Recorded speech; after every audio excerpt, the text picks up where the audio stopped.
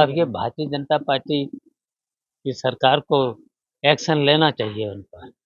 ये तो देखिए लोकसभा में जब बहस होती है तो अपने अपने विचार रखने का सबको अधिकार है, और जब वहाँ सब बात हो चुकी है तो देखिए आतंकवादियों से कम नहीं है ये भी लोग। देखिए इस तरीके से अगर किसी राज्यसभा सदस्य को कहते हम हैं कि हम इन्हें मार देंगे इनको, तो ये आतंकवाद से कम थोड़े है। करनी से ना, क्योंकि ऐसी बात करना चाहिए किसी को। जब लोग राज्यसभा का मामला था, राज्यसभा में निपट गया है वो मामला, फिर क्या? ये करने से ना तो सपोर्ट कौन कर रहा था एक से? भारतीय जनता पार्टी। भारतीय जनता पार्टी की सरकार कर रही है पूरी तरह से। देखिए भारतीय जनता पार्टी कोई भी काम जनता के हित में नहीं कर रही है। केवल वो चाहते हैं हम सरकार में बने रहें और देश को बर्बाद करते रहें। अच्छा, एक पूरी तरह से देखिए, पूरी तरह से देश को बर्बाद किया है इन्होंने हर तरीके से। देखिए पूरी तरह से ये सरकार फेल है। जो असली मुद्दे हैं उन पर तो नहीं, दूसरे मुद्दे लाती है जिससे देश कमजोर हो रहा है। ये तो पूरे सबको पता है। हाँ, पूरे अब देखिए भारतीय जनता पार्टी के लोग जब ये कह रहे हैं, जब कह रहे हैं प्रमाण की पूरी तरह से फेल है। आतंकवादी कैसे घुस आए? घुसना ही नहीं चाहिए। इनकी इंटेलिजेंस से लेकर के हर तरह के जितनी भी संस्थाएं थी, कहाँ थी संस्थाएं? बड़ी सुरक्षा की बात, देखिए सुरक्षा, सरकार सुरक्षा की बात कर रही थी।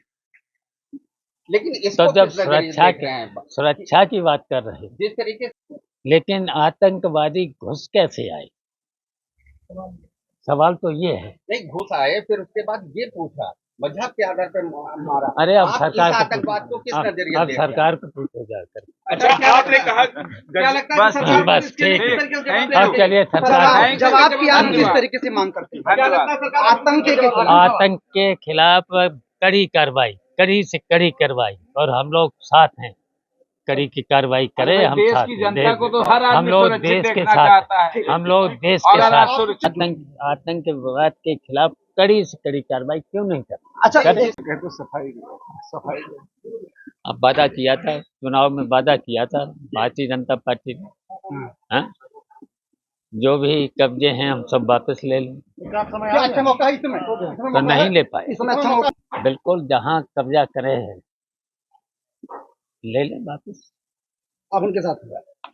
देखिए समाजवादी पार्टी की ये मांग बहुत पुरानी मांग है। तो ऐसे देखिए जितने भी शोषित हैं, पीड़ित हैं, पिछड़े हैं, दलित हैं, इनको आरक्षण मिलना चाहिए। तो ये तो बहुत पुरानी मांग थी समाजवादी पार्टी की। ये तो है, दबाव तो है। देखिए समाजवादी पार्टी की तो बहुत पहले से मांग थी। ये तो भारतीय जनता पार्टी के लोग तो झूठे लोग हैं, हमेशा झूठ बोलते हैं और धोखा देते हैं जनता को। और खासकर आप समझ ही रहे कि पिछड़े लोगों को, शोषित पीड़ित लोगों को, दलित लोगों को अभी तक ये धोखा देते रहे हैं। देखिए जो संविधान में भी दिया हुआ है, पीटीआई के लोगों को इससे लाभ मिलेगा। अब देखिए वैसे तो देखिए आतंकवाद के खिलाफ समाजवादी पार्टी हमेशा से रही है।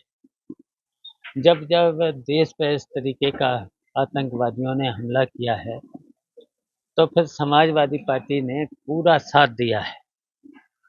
तो इनको पहले तो आतंकवाद पर इनको कार्रवाई करना चाहिए।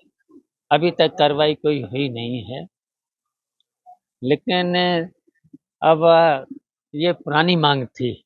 अब पूरा देश समझ रहा है